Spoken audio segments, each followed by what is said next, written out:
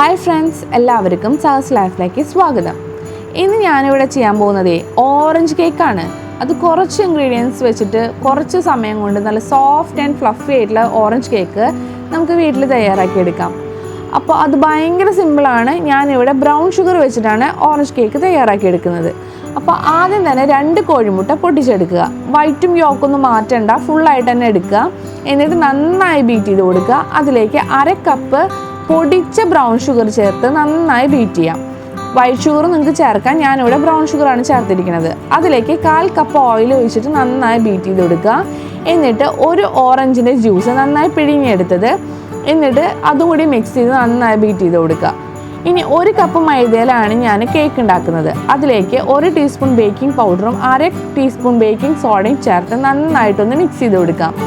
എന്നിട്ട് ഒരു അരിപ്പ വെച്ച് അത് അരിച്ച് ആ മിക്സിലേക്ക് അരിച്ചെടുക്കുക.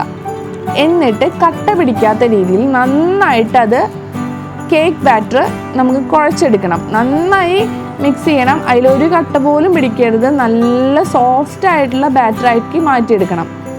ഇത് നമ്മുടെ ബാറ്റർ റെഡി ആയിട്ടുണ്ട്. ഇനി അതിലേക്ക് നമുക്ക് ഓറഞ്ച് എസൻസ് ചേർക്കാം. ഒരു 1/4 ടീസ്പൂൺ അല്ലെങ്കിൽ ഒരു 4 ഡ്രോപ്സ് ഓറഞ്ച് എസൻസ് മതി. ഇനി അതിലേക്ക് 1 ടീസ്പൂൺ നമ്മുടെ പഞ്ചസാരയിൽ വിളയിച്ചെടുത്ത ഓറഞ്ചിൻ്റെ തൊലിയാണ് ഞാൻ ചേർത്തത്. അത് ഓപ്ഷനിലാണ്. ഇനി നമുക്ക് കേക്ക് ട്രേയിലേക്ക് ഓയിൽ അപ്ലൈ ചെയ്തിട്ട് കുറച്ച് മൈദപ്പൊടി ഇട്ട് എല്ലാ ഭാഗത്തേക്കും തട്ടി കൊടുക്കുക. അപ്പോൾ ഓയിൽ എല്ലാ ഭാഗത്തേക്കും എത്തണം. ഇനി കൂടുതൽ പൊടിയാണെങ്കിൽ നമുക്ക് തട്ടി മാറ്റി കളയാം. ഇനി അതിലേക്ക് കേക്ക് ബാറ്റർ ഒഴിച്ചു കൊടുക്കുക. കേക്ക് ബാറ്റർ മുഴുവൻ ഒഴിച്ചു കൊടുത്തതിന് ശേഷം ഒന്ന് ടാപ്പ് ചെയ്യണം. എന്നിട്ടൊന്ന് ഗാർണിഷ് ചെയ്യുക.